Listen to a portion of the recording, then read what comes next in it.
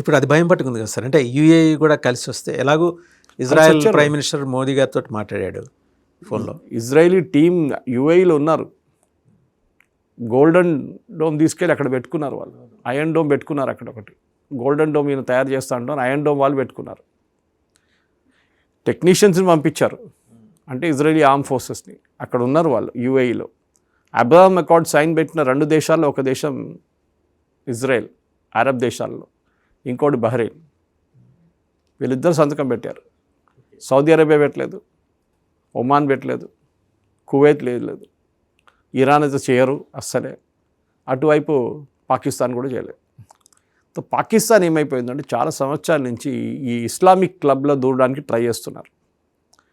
నెహ్రూ టైంలో వాసుదేవన్ గారు, మనం ఈ ఆర్గనైజేషన్ ఆఫ్ ఇస్లామిక్ స్టేట్స్ అనే ఒక బాడీ ఉంది వీళ్ళకి. ఆ బాడీలో వీరు యాన్యువల్ మీటింగ్కి నెహ్రూ మన ఇండియన్ టీంని పంపించారు. ఐ థింక్ బహుశా జాకీర్ హుసేన్ గారిని పంపించారు అనుకుంటా, నాకు ఎగ్జాక్ట్ గుర్తులేదు పేరు ఎవరు వెళ్ళారని. నెహ్రూకి పెద్ద ఈగో ఉండే, మేము వరల్డ్లో నంబర్ 1 ముస్లిం పాపులేషన్ ఉన్న దేశం, ఓకే, మమ్మల్ని మీరు ఎందుకు అలౌ చేయట్లేదు అని చెప్పి ఒక డెలిగేషన్ పంపించారు. వాళ్ళు అన్నారు, this is only for Islamic nations, మీ దాంట్లో హిందువులు ఉన్నారు, మేము ఎట్లా అంగీకరిస్తాం. సో సారీ అని చెప్పి ఆ డెలిగేషన్ పంపించేశారు. It was a big insult to Nehru. First time ఆయనకు ఒక రియాలిటీ చెక్ వచ్చింది. ఆయన అనుకున్నాడు దాంతోనే 10 ఓట్లు వస్తాయని, ఇప్పుడు వీళ్ళు చేస్తున్నట్లనే కాంగ్రెస్ అప్పుడు ట్రై చేస్తాడు, అది ఫెయిల్ అయింది. తో మన ఇజ్రాయెల్తో ఇప్పుడున్న ఒప్పందంలో మనం చూసిన ఇజ్రాయెల్, యూఏఈ, ఇండియా ఒక ట్రయాంగిల్ ఇప్పుడు అయిపోయింది. యూఏఈ మీద దాడి చేస్తే ఇజ్రాయెల్ చూసుకుంటారు, మన దగ్గర నుంచి ఆయుధాలు యూఏఈ కొంటున్నారు. ఇంకా వాళ్ళకి తెలిసిపోయింది ఇదే మిస్సైల్ యూఎస్ దగ్గర నుంచి కొంటుంది, మాకు ఆల్మోస్ట్ 70% డిస్కౌంట్లో ఇండియా ఇస్తారు, అంత తగ్గిన రేట్లు మనకు వస్తుంది ఇండియా నుంచి, ఎందుకు వీడి దగ్గర తీసుకోవాలి యూఎస్ దగ్గర నుంచి. వాడు ఆయుధాలు వాడు ఇరాన్ మీద బాంబు వేస్తాడు, ఇరాన్ మా మీద బాంబు వేస్తాడు, దట్ ఈస్ యూఏఈ మీద. అమెరికన్ వెపన్స్ యూజ్ చేసి డిఫెండ్ చేసుకోవాలి, నేను ఎందుకు ఇండియా దగ్గర తీసుకుంటాను. మీకు గుర్తుంటుంది, అమ్నెస్టీ ఇంటర్నేషనల్ మొన్న ఒక స్టేట్మెంట్ ఇష్యూ చేశారు, India is complicit in the Gaza war. మనం ఇచ్చిన ఆయుధాలతోనే ఇజ్రాయెల్ ఎక్కడున్నారు సార్, మన దేశం నుంచి బిచాణ ఎత్తేసి వెళ్ళిపోయారు. అదే తో అమ్నెస్టీని ఎప్పుడో ఎక్స్పెల్ చేశాం మనం ఇక్కడ నుంచి. సో వాళ్ళు ఒక స్టేట్మెంట్ ఇష్యూ చేశారు, దట్ ఇండియా ఆయుధాలు అమ్ముతున్నారు ఇజ్రాయెల్ కానీ. దాంట్లో తప్పేముందండి.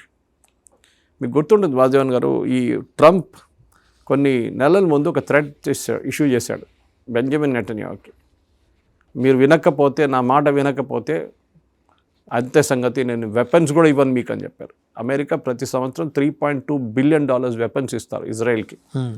కొన్ని గ్రాంట్గా ఇస్తారు, కొన్ని లోన్గా ఇస్తారు, కొన్ని డబ్బులు కట్టేసి ఇమీడియట్గా తీసుకుంటారు.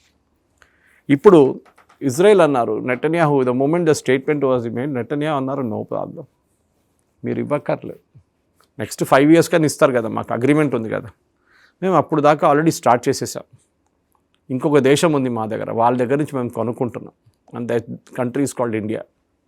వాళ్ళు మన దగ్గర ఇజ్రాయేలీ లేటెస్ట్ టెక్నాలజీ తీసుకొచ్చి, ఇజ్రాయెల్ దగ్గర అక్కడ మ్యానుఫ్యాక్చరింగ్ కెపాసిటీ లేనప్పుడు ఇక్కడ తీసుకొచ్చి పెట్టి వాళ్ళ ఇన్నోవేషన్స్తో మనం ఇక్కడ ఆయుధాలు తయారు చేస్తున్నాం. ఎల్బిట్ సిస్టమ్స్ కానీ హైదరాబాద్లో ఉన్న చాలా కంపెనీస్ ఉన్నాయి, ఇజ్రాయేలీ కంపెనీస్.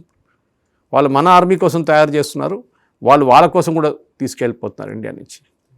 అదే ఆయుధాల గురించి వీళ్ళు మాట్లాడుతున్నారు ఇప్పుడు అమ్నెస్టీ ఇంటర్నేషనల్.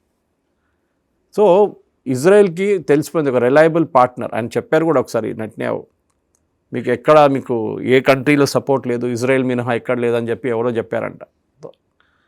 ట్రంపే చెప్పాడు మీకు ఎక్కడ support, the only nation which support, Marco Rubio కూడా చెప్పారు, the only nation which supports you is United states, అది మీరు మర్చిపోకూడదు అని చెప్పి వార్నింగ్ ఇచ్చారు. నెటన్యాహు ఒక స్పీచ్లో చెప్పారు, సారీ అట్లా కాదు, ఇంకో దేశం ఉంది అక్కడ నాకు చాలా సపోర్ట్ ఉంది నాకు, and that nations name is India. So కన్సిస్టెంట్గా నెటన్యాహు ట్రంప్కి చెప్తున్నాడు, నాకు ఒక ఆల్టర్నేటివ్ ఉంది, నువ్వు ఎక్కువ లొలి చేస్తే నేను అక్కడి నుంచి కొనుక్కుంటాను. అఫ్కోర్స్ మనకు కొన్ని ఏం చెప్తారు రెస్ట్రిక్షన్స్ ఉంది మనకి. ఒకటి, మన దగ్గర ఎయిర్క్రాఫ్ట్ లేదు తయారు చేసేది, మనం మోస్ట్లీ రష్యా నుంచి కొంటున్నాం, ఇప్పుడు రఫాల్ ఫ్రాన్స్ నుంచి కొంటున్నాం, కానీ మన దగ్గర ఓన్ మ్యానుఫ్యాక్చరింగ్ కెపాసిటీ లేదు యూఎస్ లాగా. యూఎస్ ఇప్పుడు F-35 అపార్ట్ ఫ్రమ్ నేటో వాళ్ళు F-35 అమ్మింది ఒకటే దేశం ఇజ్రాయెల్. సో ఎయిర్క్రాఫ్ట్ ఇప్పుడు కూడా ఇజ్రాయెల్ అక్కడి నుంచి తీసుకుంటున్నారు, కానీ రేపు చెప్పలేము, రేపు వాళ్ళు ఫ్రాన్స్ దగ్గర కూడా కొనవచ్చు, హూ నోస్, ఇండియా దగ్గర నుంచి కొనవచ్చు. మన తయారు చేసిన ఒక 3 స్క్వాడ్రన్లు వాళ్ళకి ఇచ్చేస్తాం, మీరు పెట్టుకోండి అని చెప్పేసి. సో ఈ పరిస్థితుల్లో ఇప్పుడు మనం ఈ ఒప్పందాన్ని ఇంత సీరియస్గా తీసుకోక్కర్లేదు. It is just a bluff and bluster. Mecca agreement అని చెప్పి కావాలని చెప్పి రియాద్లో సైన్ చేయలేదు, మక్కాలో సైన్ చేశారు.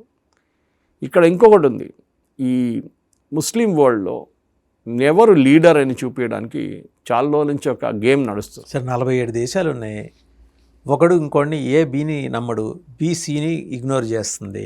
సౌదీ అరేబియా టర్కీ కొట్టుకున్నారు కొన్ని సంవత్సరాలు, షియా సున్నీల గొడవలు కాక 16 గ్రూపులు మళ్ళీ వాళ్ళలో. సో వీళ్ళేమన్నారంటే ఇరాన్ అంటున్నారు మేమే లీడర్లు, వీఆర్ ద లీడర్స్ ఆఫ్, చూడండి మేము అడ్డుకున్నాం యూఎస్ని, మా దగ్గర ఇంత స్టేయింగ్ కెపాసిటీ ఉంది, మేము ఆయిల్ అమ్మలేకపోతున్నాం, అప్పుడు కూడా మేము ఒక నేషన్గా ఉన్నాం, and we are the second largest in terms of land mass after Saudi Arabia.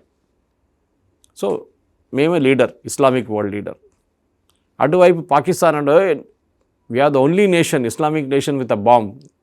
నువ్వు బాంబ్తో ఏం చేసుకుంటావు, నువ్వు యూజ్ చేయలేవు, యూజ్ చేస్తే అంత సంగతి, పాకిస్తాన్ ఉండదు రేపు. అటువైపు టర్కీ అంటున్నారు మీరెవరాయా, ఖలీఫాలు మేము, ఫస్ట్ వరల్డ్ వార్ ముందు ఖలీఫా మాది ఉండే, we were the leaders of the Islamic world. దాని తర్వాత ఖలీఫా పోయారు, భారతదేశంలో గొడవ జరిగింది, క్యాలికట్లో ఆల్మోస్ట్ 1000 మంది హిందువులు చంపేశారు అక్కడున్న మాపులాలు. ఆ స్టోరీ మీకు తెలిసి ఉంటుంది.